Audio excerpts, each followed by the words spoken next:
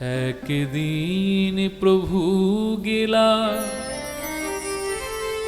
জগন্নাথ দর্শনে, সিংহদ্বারের দলুয়াসি করিল বন্দনে। মহাপ্রভু জগন্নাথের সিংহদ্বারে গেল প্রভুকে দর্শন করবার। একজন দ্বারপাল এসে মহাপ্রভুর চরণে প্রণাম করলেন। সেই দ্বারপালকে মহাপ্রভু বললেন, ভাই আমাকে একবার কৃষ্ণ দর্শন করাবে, একবার আমাকে গোবিন্দ দর্শন করিয়ে দাও। দ্বারপালের সঙ্গে মহাপ্রভু তিনি জগন্নাথের দর্শন করলেন। জগন্নাথের একজন সেবক জগন্নাথের প্রসাদ মহাপ্রভুকে প্রদান করলেন। মহাপ্রভু সেই প্রসাদ গ্রহণ করে বারবার শুধু বলছেন, সুকৃতি লভ্য ফেলা লব, সুকৃতি লভ্য ফেলা লব। কেউ তো বুঝতে পারছেন না এর অর্থ কি। বারবার প্রভু বলেই যাচ্ছেন, সুকৃতি লভ্য ফেলা লব, সুকৃতি লভ্য ফেলা লব। ভক্তরা মহাপ্রভুকে জিজ্ঞাসা করলেন, প্রভু আপনি যে শব্দটা বলছেন এর অর্থ কি? তখন মহাপ্রভু বিশ্লেষণ করলেন, জগন্নাথের প্রসাদকে বলা হয় ফেলা লব, আর সুকৃতির দ্বারা এই ফেলা লব, এই মহাপ্রসাদ লাভ হয়। মহাপ্রসাদে গোবিন্দে নাম ব্রাহ্মণে বৈষ্ণবে, স্বল্প পুণ্যবতম রাজন বিশ্বাসনৈব জায়তে। ভগবানের প্রসাদ স্বয়ং ভগবান, নাম, ব্রাহ্মণ, বৈষ্ণব, এর প্রতি বিশ্বাস হৃদয়েতে তখন উৎপন্ন হয় যখন অনেক সুকৃতি থাকে। স্বল্প পুণ্য বতং রাজন বিশ্বাস নৈব জায়তে। অল্প পুণ্য থাকলে পরে হৃদয়েতে কদাপি বিশ্বাস আসে না ভগবত প্রসাদে। তাই সুকৃতি লভ্য ফেলা লব, অর্থাৎ গোবিন্দের মহাপ্রসাদকে ফেলা লব, আর সেই ফেলা লব সুকৃতির দ্বারা লাভ হয়, মহাপ্রভু বোঝালেন। একদিন মহাপ্রভু টোটা গোপীনাথকে দর্শন করতে গিয়ে পাশে সমুদ্র ছিল না, টোটা গোপীনাথের পাশে সমুদ্র দর্শন করে মহাপ্রভুর যমুনার স্মরণ হলো। মহাপ্রভু তিনি হা গোবিন্দ বলে সেই গভীর সমুদ্রের মধ্যে ঝাঁপ দিয়ে দিল। মহাপ্রভু না ফিরলে পরে সারা দিবা রাত্রি ভক্তরা একাকার করল, মহাপ্রভুকে নীলাচলে কোথাও খুঁজে পেল না। স্বরূপ দামোদর এবং রায় রামানন্দ তারা সমুদ্রের তট দিয়ে দিয়ে কোণার্কের কাছে এসে উপস্থিত হয়ে দেখলেন একজন জেলে যারা মাছ ধরে, ভোর রাত্রে দেখলেন একজন জেলে কাঁপতে কাঁপতে হরিবোল হরিবোল হরিবোল বলতে বলতে আসছে, নয়নে অশ্রু। স্বরূপ দামোদর দেখেই বুঝে গেলেন এর হৃদয়েতে তো প্রেম এসছে। জেলের কাছে এসে জিজ্ঞাসা করলো, ভাই তোমার কি হয়েছে? জেলে বলল, কি বলবো গোসাই, আমি সারা রাত্রি মৎস্য ধরি, সকালবেলায় সেটা বাজারে বিক্রি করি। কাল রাত্রিতে আমি সমুদ্রে জাল ফেলেছিলাম, জালটা একটু শক্ত হলে পরে আমি ভাবলাম অনেক বড় হয়তো মৎস্য এসেছে। আমি সেই মৎস্যটাকে যখন তুলতে গেলাম দেখলাম সেখানে মৎস্য না একটা মরা বেঁধেছে। গৌর অঙ্গ তার, আজান লম্বিত বাহু, নেত্রখানি ঠিক পদ্ম পলাশের মতো মণ্ডিত মস্তক, শিখা সূত্রহীন অরুণ বসন পরিধান করেছিল। আমি দেখলাম আরে এ তো মৎস্য না, এটা তো একটা মরা। তার শ্বাস প্রশ্বাস কিচ্ছু চলছিল না গোসাই। আমি তাকে জাল থেকে ছাড়াবার জন্য তার অঙ্গেতে স্পর্শ করলাম, আর তার অঙ্গ স্পর্শ করে আমার শরীরের মধ্যে সেই প্রেত চলে আসে। কি বলবো গোসাই, তার অঙ্গ স্পর্শ করার পর থেকে নয়ন থামছে না, কেবল অশ্রু বর্ষণ হয়েই যাচ্ছে। হৃদয় গদগদ হয়ে গিয়েছে, কণ্ঠেতে কৃষ্ণ কৃষ্ণ ছাড়া আর কোনো শব্দ প্রকটই হচ্ছে না। কত কথা বলতে চাইছি, কিচ্ছু শব্দ বলতে পারছি না, বদন দিয়ে কেবল কৃষ্ণ কৃষ্ণই বের হচ্ছে। আমাকে আমার শ্রী গুরুদেব বলেছিলেন, যদি কখনো ভয় পাস তবে নৃসিংহ মন্ত্র স্মরণ করবি। আমি তো নৃসিংহ মন্ত্র স্মরণ করেছিলাম, আর সেই নৃসিংহ মন্ত্রের প্রভাবে সেই প্রেত আমাকে আরো আঁকড়ে ধরেছে। কি করা যায় আমার? আমি কি আর সুস্থ হতে পারবো না গোসাই? স্বরূপ দামোদর গোস্বামী মাথাতে হাত বুলিয়ে দুবার ফু দিয়ে বলল, যা, তুই ঠিক হয়ে গিয়েছিস, তোর আর কোনো ভয় নেই। তবে রেখেছিস কোথায় সেই মরাটা? স্বরূপ দামোদর আর রায় রামানন্দকে নিয়ে সেই জেলে গেল। শ্রীমন মহাপ্রভুকে সেই প্রকারে দেখে হৃদয়টা ফেটে গেল তার। গৌরের সমস্ত অঙ্গ বিবর্ণ হয়ে গিয়েছে, সাদা ফ্যাকাশে হয়ে গেছে। সারা রাত্রি সমুদ্রের জলের মধ্যে পড়েছিল না গৌর। স্বরূপ দামোদর এসে আবার কৃষ্ণ নাম শ্রবণ করিয়া মহাপ্রভুকে সুস্থ করেছিলেন। মহাপ্রভু বললেন, স্বরূপ, কাল আমি যমুনাতে দেখলাম গোবিন্দ তার সখীদেরকে নিয়ে জলবিহার করছে। আমাকে গোবিন্দ ডাকলো জানো সেই তরীতে। আমাকেও বিহার করবার সৌভাগ্য দিয়েছিল কৃষ্ণ, কিন্তু আমি তরীতে না উঠতে পেরে আমি মূর্ছিত হয়ে জলেতেই পড়ে গিয়েছিলাম। তারপর কি হলো আমার তো কিছু মনে নেই। হে মহাপ্রভু, সারা দিন রাত্রি আপনাকে খুঁজে চলেন মহাপ্রভুকে নিয়ে আসলেন। এই প্রকার আবেশের কথা চরিতামৃতে কবিরাজ গোস্বামীপাদ লিখছেন। এমন সময় অদ্বৈত আচার্যের একটি পত্র আসলো। অদ্বৈত আচার্য সেখানে একটা পহেলি লিখে পাঠিয়েছিল। বাউলকে কহিও লোকে হইল বাউল, বাউলকে কহিও হাটে না বিকায় আর চাউল, বাউলকে কহিও কাজে নাহিক আউল, বাউলকে কহিও ইহা কহি আছে বাউল। মহাপ্রভু হাসতে লাগল। বুঝে গেলেন তার লীলা সংবরণের এবার সময় এসে উপস্থিত হয়েছে। অদ্বৈত আচার্য তাকে এই জগৎ এনেছেন, তাই অদ্বৈত আচার্যেরই দায়িত্ব তাকে জগৎ থেকে বিদায় দেওয়া। কাউকে আমন্ত্রণ করলে তাকে বিদায় জানাতে হয় না। মহাপ্রভু তিনি হাসলেন, কাউকে বললেন না। অনেক বড় অর্থ ছিল। বাউলকে কহিও লোকে হইল বাউল, অর্থাৎ চৈতন্য বাউলকে বলো, তার কৃপায় সমস্ত জগৎ প্রেম মগ্ন হয়ে গিয়েছে, সকলের হৃদয়েতে প্রেম ভক্তি এসেছে। বাউলকে কহিও হাটে না বিকায় চাউল, চৈতন্য বাউলকে বলো, আর তার প্রেম বিক্রি হচ্ছে না, সবাই প্রাপ্ত করে নিয়েছে জগতে।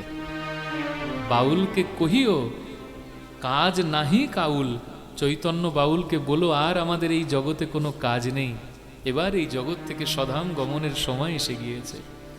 বাউলকে কহিও ইহা কহি আছে বাউল, চৈতন্য বাউলকে বলো, এই কথা অদ্বৈত বাউল তাকে জানিয়েছে।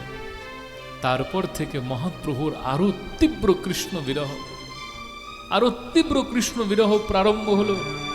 একদিন রাত্রিতে মহাপ্রভু কিছুতেই রোদন থামাচ্ছিল না। অনেকও বলে শ্রীমন মহাপ্রভুকে ভক্তরা তারা চরণেতে ধরে মহাপ্রভুকে গম্ভীরাতে রাখলো। 3টে কপাট আটলো। রায় রামানন্দ, গোবিন্দ দাস, স্বরূপ দামোদর 3 জন ছিল। সবাই মিলে মনেতে বিচার করলো, আজ রাত্রেতে আমরা কদাপি শয়ন করব না, আবার না জানি মহাপ্রভু কোথায় চলে যান। সারা রাত্রি মহাপ্রভুর সেই কপাটে করণ পেতে বসে রইল তারা। মহাপ্রভু কীর্তন করছে তো, মহাপ্রভু নাম জপ করছেন তো, করণ পেতে বসে থাকলো। হঠাৎ করে রায় রামানন্দের করণেতে একটা চিৎকার ধ্বনি এসে প্রবেশ করলো। কেমন যেন একটা শব্দ এলো। স্বরূপ, শুনেছ তুমি? স্বরূপ দামোদর গোবিন্দ দাসের দিকে তাকালো। গোবিন্দ, এই প্রকার ভেতর থেকে গোঙানো শব্দ আসছে কেন? এই প্রকার ক্রন্দন ধ্বনি আসছে কেন? এরকম হাহাকার, এরকম চিৎকার কেন আসছে? আরে আরে, খোলো খোলো কপাট। কপাট খুললো। 3টে কপাট খুলে গম্ভীরাতে প্রবেশ করলো। কিচ্ছু দেখতে পেল না, অন্ধকার ছিল। সঙ্গে সঙ্গে স্বরূপ দামোদর সেই অগ্নিকে প্রজ্বলিত করে নিল, দীপের শিখাকে বর্ধন করলো। আর দেখে মহাপ্রভুকে, তাদের নয়ন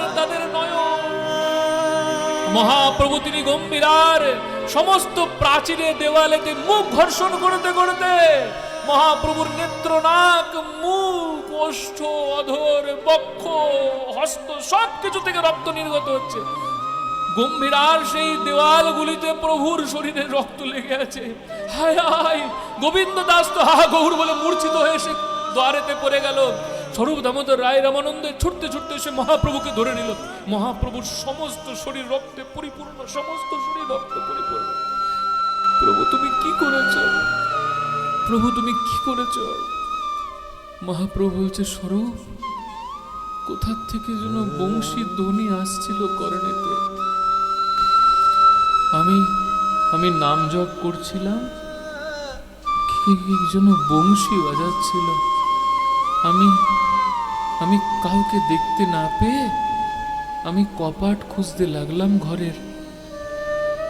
আমি কিছু বুঝতে পারিনি, অন্ধকার ছিল, কপাট খুঁজে পেলাম না। দেওয়ালে আমার মুখ ঘর্ষণ হয়ে গেল, নাসিকা থেকে রক্ত নির্গত হলো, নয়ন থেকে রক্ত নির্গত হলো, আমার সারা অঙ্গ থেকে রক্ত ঝরছে। আমি কিছু বুঝতে পারিনি, আমি কিছু বুঝতে পারিনি। হে মহাপ্রভু, একই প্রকার লীলা করছেন আপনি।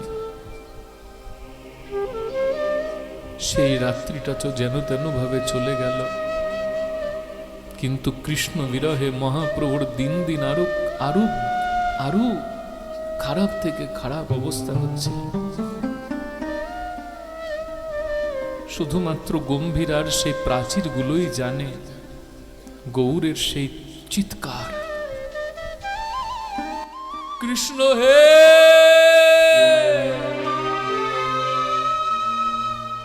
হানাত হা রমণ পৃষ্ঠ কাশী কাশী মহাভুজ।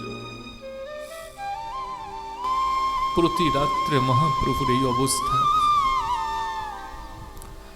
দেখতে দেখতে সে কালো দিনটা এসে উপস্থিত হলো।